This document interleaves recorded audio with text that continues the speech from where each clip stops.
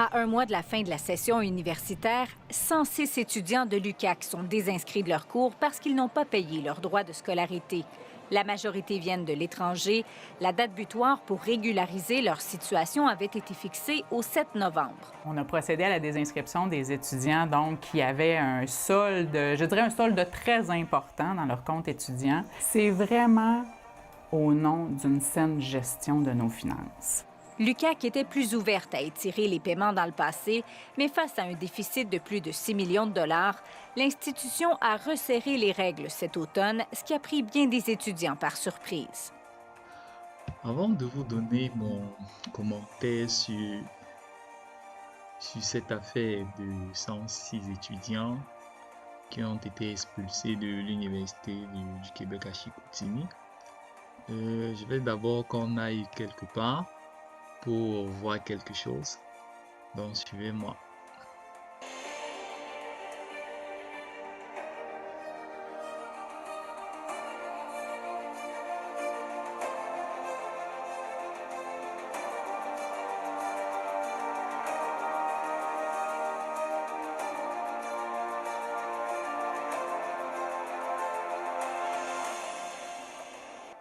Comme je le disais tantôt, on va aller sur un site pour checker quelques informations avant que je puisse laisser mon commentaire, mon avis. Donc, on va aller sur un site. Voilà. Là, nous sommes sur le site de l'Université de Montréal. Vous pouvez lire là, Université de Montréal. Université de Montréal. Donc, ça c'est le site officiel de l'Université de Montréal. Vous pouvez voir, c'est là. Ok. On va aller vérifier les droits scolaires. La pension, si vous voulez. Combien coûte une année académique dans cette université-là. On va aller regarder ça ensemble. Donc, nous sommes ici. Donc, je peux scroller là. Donc, vous voyez très bien, nous sommes sur le site de l'Université de Montréal. Donc, c'est un site officiel. Ok. On va aller checker les droits. Les droits scolaires, les droits académiques, la pension. Ça coûte combien? On va aller regarder ça ensemble. Voilà. Calculer ses frais. Frais d'admission et frais d'inscription. Donc, on va cliquer ici. Les frais d'admission ont été couverts lors du dépôt de votre candidature. Il ne faut pas les confondre avec les droits de scolarité qui concernent l'inscription au cours. À ces droits de scolarité s'ajoutent les autres frais exigibles. Donc, on va cliquer ici, droit de scolarité. Ok. Là, quand on clique, nous tombons directement au bureau du registraire. Nous avons le droit de scolarité. On va descendre. Bon. Oui, droit de scolarité. Allons sur calculateur des droits. Bien, on pouvait même aller directement sur coût des études. Non, allons sur calculateur des droits de scolarité. C'est ça. Là, nous sommes sur le calculateur des droits de scolarité. On va voir combien coûte une année académique dans cette université pour les étudiants internationaux. On dit ici, ce calculateur permet d'estimer le montant de droits de scolarité à défrayer pour un trimestre d'études à l'Université de Montréal. On a dit bien un trimestre. Ok. Les totaux représentent les droits de scolarité qui sont réglementés par tous les établissements d'enseignement québécois en fonction du statut légal au Canada de l'étudiant, ainsi que les autres frais exigibles à l'Université de Montréal. Ok, donc on vient ici, on va dire statut au Canada, on va dire étudiant international, admis en automne, disons admis en automne. Cliquons là.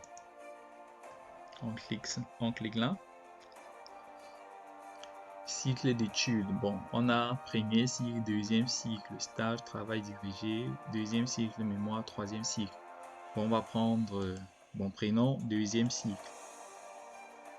Maintenant, en tant qu'étudiant à cycle supérieur, on va prendre quoi? Prenons temps en temps plein. Voilà. Nous avons ici total de l'estimation par trimestre. Ça fait 11 527,24 $ par trimestre.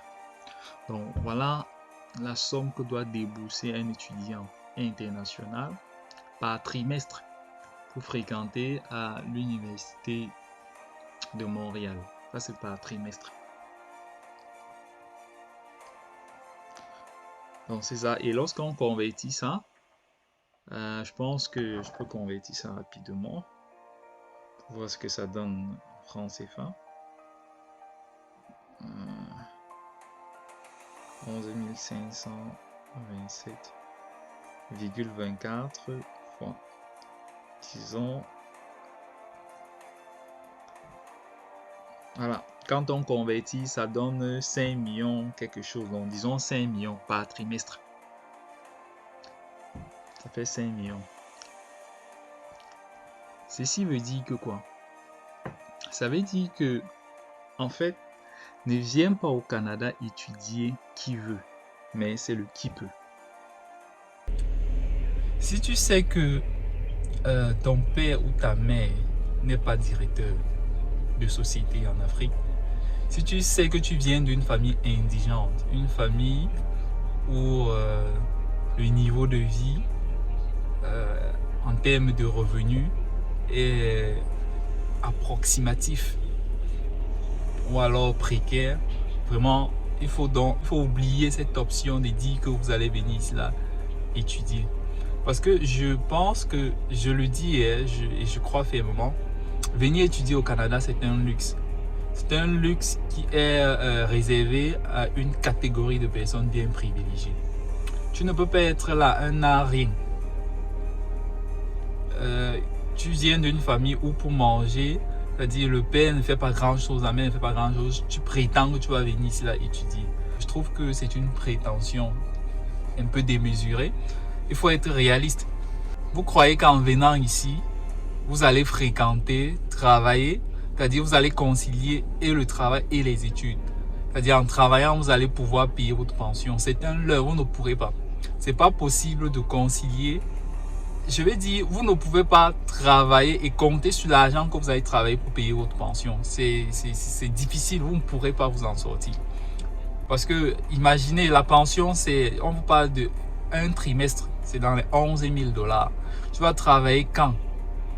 En combien de temps pour pouvoir avoir une telle somme pour pouvoir payer ta pension, tes droits de scolarité?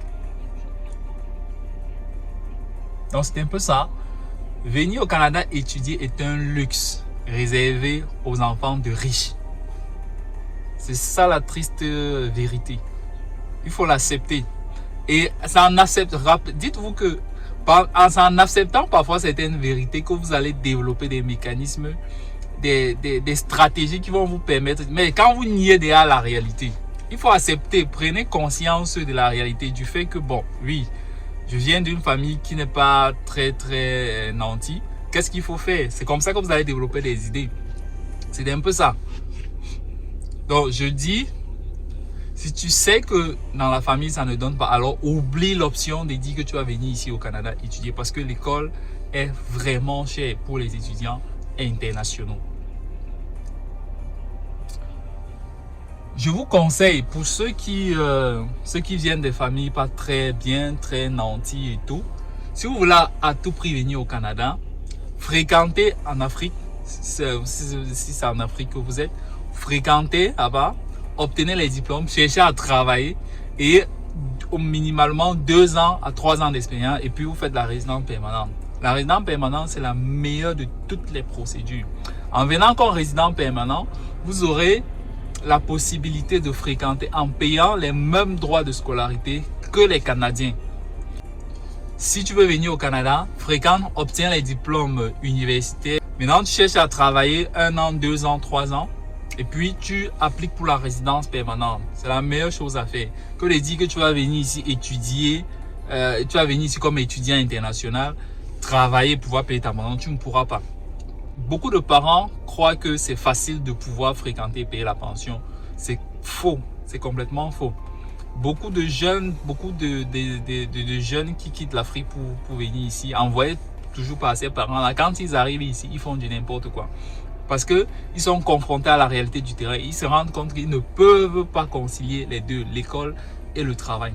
Parce que non seulement le niveau de vie est très élevé, l'école est chère, ils se trouvent donc à faire certaines choses très peu orthodoxes. Il y a certains garçons qui deviennent même des filles qui font des choses vraiment bizarres. Donc si vous ne voulez pas que votre enfant se trouve dans des situations comme ça, vous devez donc, je dis, là je parle aux parents, hein, vous devez vraiment vous préparer. Si vous voulez que votre fille vienne étudier, vous devez mettre de l'argent de côté pour qu'il vienne fréquenter normalement. Ne dites pas que non, il va venir fréquenter et travailler, payer sa pension. Non, ça ne marche pas. Ça ne marche pas comme ça. Il risque de se désorienter. Il va se dévoyer, il va prendre un autre chemin. Et ce serait difficile de récupérer. Vous savez, nous sommes dans un pays où on promeut le wokisme. On fait la promotion, la propagande des choses très très bizarres. Donc il est très facile pour quelqu'un qui a des difficultés financières de se faire influencer ou bien d'emprunter ce genre de chemin-là. Il y a beaucoup de garçons que quand ils arrivent ici, ils deviennent des femmes. Ils commencent à faire des choses bizarres. Hein? Pareil pour les filles. Tout ça parce que le parent pensait que l'enfant va venir fréquenter et payer la pension. C'est pas possible. Donc, le conseil, faites en sorte que vos enfants fréquentent en Afrique. L'école en Afrique est consistante. C'est vrai qu'il y a un peu un problème de pratique, mais la théorie qu'on donne en Afrique, là, c'est consistant. Ça, moi-même, j'en témoigne, c'est vraiment consistant, c'est du lourd. Ce qui manque un peu, c'est la pratique. Donc, ils acquièrent toute la théorie là. Ils cherchent même à travailler, ils travaillent même 2 ans. Après ça, ils font la résidence permanente. C'est le petit conseil que j'avais à donner aujourd'hui. J'espère que ça va aider quelqu'un quelque part. On se dit à la prochaine pour une nouvelle vidéo. Ciao!